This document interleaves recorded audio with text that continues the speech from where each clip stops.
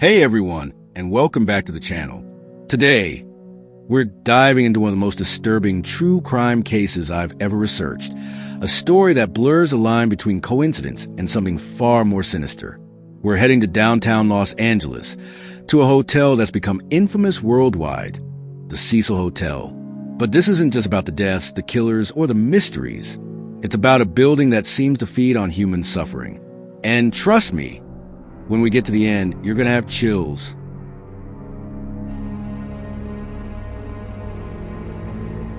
Picture this, 1924. Los Angeles is booming. Oil, movies, sunshine. And right in the heart of it, developer William Banks Hanner opens the Cecil Hotel. It's lavish. 700 rooms, marble floors, crystal chandeliers. A place for businessmen, socialites, the elite. But Hanner couldn't have known he'd built his masterpiece on land soaked in tragedy. Decades earlier, this was Calle de los Negros, a violent, lawless street. And almost from day one, the Cecil seemed cursed. Some say Thorne didn't fall. He saw something in the blueprints, shadows that moved, and on his deathbed, he whispered, "The building hungers." Whether you believe that or not, the pattern began. By the 1930s, the Great Depression hit, and the Cecil became a flop house. Suddenly, it wasn't for the rich, it was for the broken, addicts, runaways, the forgotten, and where there's despair, death follows. Over 16 documented suicides between 1930 and 1960, people jumping from upper floors. One woman, Eleanor Voss, leaped from the 7th floor in 1944 with her infant daughter in her arms. Her suicide note, scrawled on a mirror, "The reflections show the devil. He's coming for us all." The Cecil wasn't just a hotel, it was a pressure cooker. Skid Row's desperation seeped into its walls. And the more it decayed, the more it attracted predators. And that brings us to our first viral hook, something that'll make your skin crawl. Because in 1985, a man checked into room 1402. He paid $14 a night, and he wasn't there to sleep. His name? Richard Ramirez, the Night Stalker. Ramirez was a Satanist who raped, tortured, and murdered at least 13 people across LA. And he did it while living at the Cecil. He'd return at 3 a.m., covered in blood, and dump his clothes in the alley. Guests heard his footsteps, smelled the copper, but no one stopped him. Why? Because in this place, evil didn't stand out. It belonged. Think about that. A serial killer roaming the halls, and the hotel just absorbed it. That's the kind of detail that goes viral, because it's almost too dark to believe. But Ramirez wasn't the only one, and the worst was yet to come. Let's fast forward to 1991. Enter Jack Unneweger, an Austrian journalist who'd murdered women in Europe and now fancied himself a writer. He checked into the Cecil under a fake name.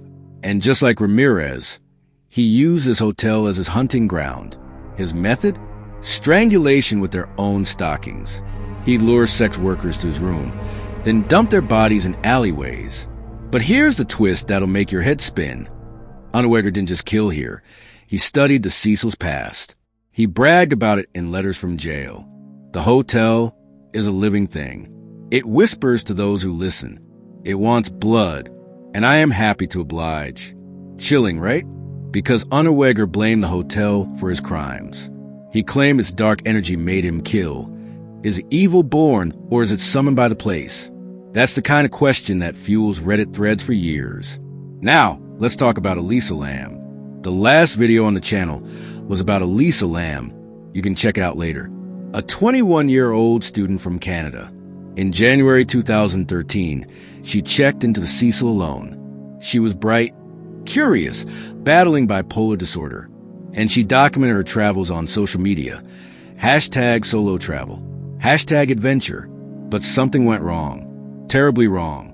This is the last known footage of Elisa Lam. February 1st, 2013. She's in the elevator. Watch her movements. She presses all the buttons. She hides in the corner. She gestures wildly, like she's talking to someone off camera. Then the doors open and close, but no one enters. Finally, she steps out, looks both ways, and vanishes. What do you see? Is she paranoid, playing a game, or running from something? This video went mega viral. Over 100 million views. Why?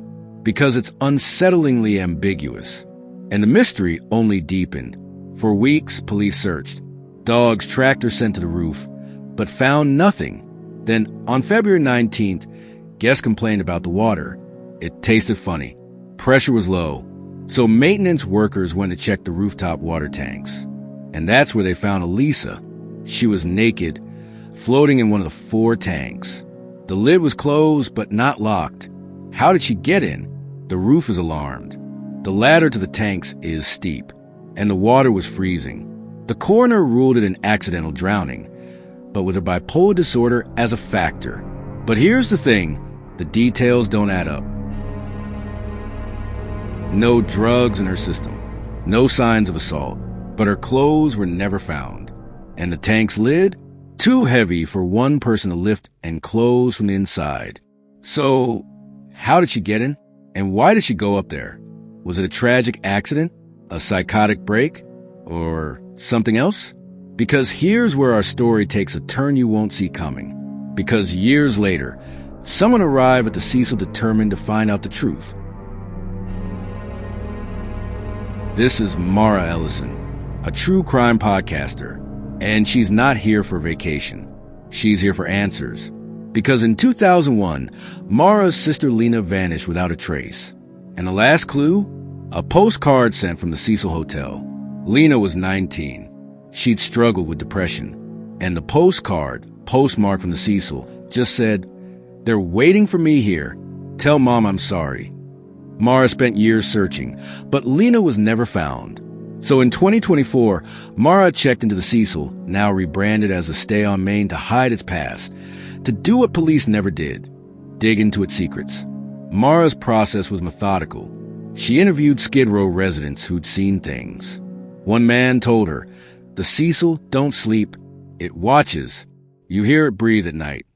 She tracked down a retired detective who worked the Lam case. He admitted off record, Elisa's death? It stunk, but the higher-ups wanted it closed. Accidental drowning was cleaner than unexplained. Then Mara hit the mother lode, the hotel's abandoned archives. In a musty basement room, she found Eleanor Voss's journal, the woman who jumped in 1944. And what she read chilled her to the bone. October 3rd, 1944. The whispers are louder tonight. They come from the walls. They say the water tank is the heart. It must be fed or the building will starve. And then this entry, dated weeks before her death. He came to me in the mirror, said he'd take my pain if I gave him a sacrifice. I have to make it stop. Drama alert. Because if Eleanor wasn't alone, what about Elisa? What about Lena? Mara started seeing patterns. Deaths where victims behaved erratically first, like they were being guided. Both women were in the Cecil during mental health episodes. Both were last seen near the elevators. Both ended up in the water. And both had no prior history of suicidal behavior. That's not coincidence. That's a ritual. And then things got weird. Mara's recording started picking up static whispers. Her hotel room door would open by itself. And one night, security footage showed her elevator stopping on the 7th floor, Eleanor's floor, then opening to nothing. But here's the part that'll make you pause this video and sleep with the lights on. Because when Mara checked the recorder after that night, she heard 3 words whispered in the static. The water. And if you listen closely, it sounds like Elisa Lam's voice. We're not done, because what Mara found next changes everything. But first, smash like button if you're hooked, and subscribe.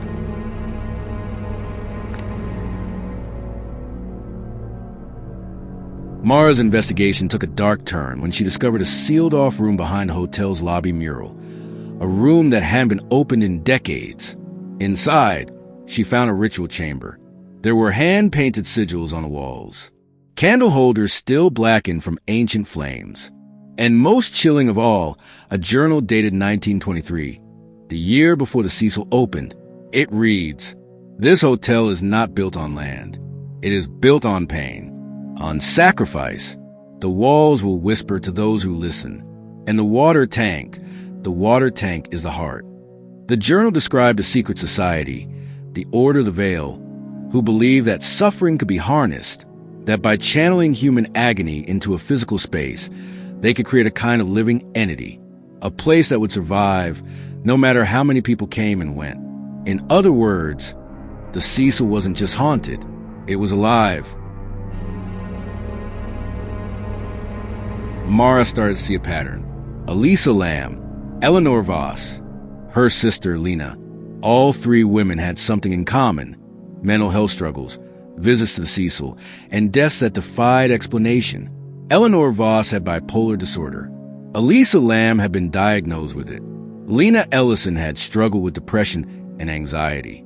And all three had been drawn to the 7th floor, room 707, the same room where Eleanor had stayed, where Elisa had been last seen, where Lena's postcard had been postmarked. And it wasn't just them. Mara found dozens of cases of guests with mental health issues who had died in that room. Some jumped, some overdosed, others just vanished. It was like the hotel was selecting them, like it was feeding on them. Mara decided to go public. She uploaded a final podcast episode titled The Cecil's Whisper, detailing everything she'd found.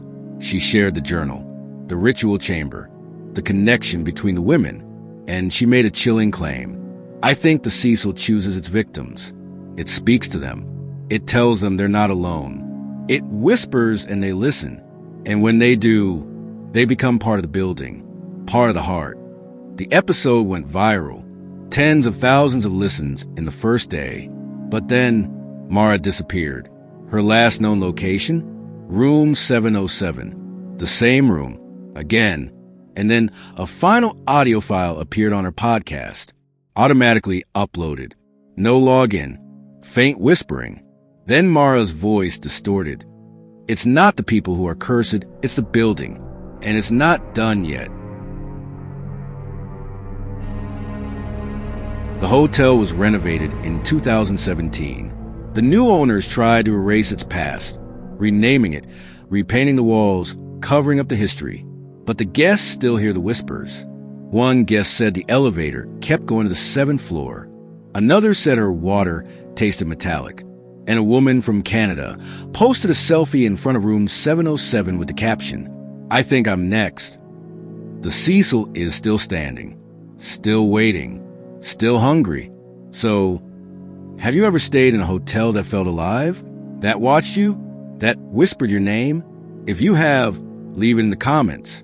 Because if there's one thing I've learned, some places don't just remember the past. They feed on it. Like and subscribe.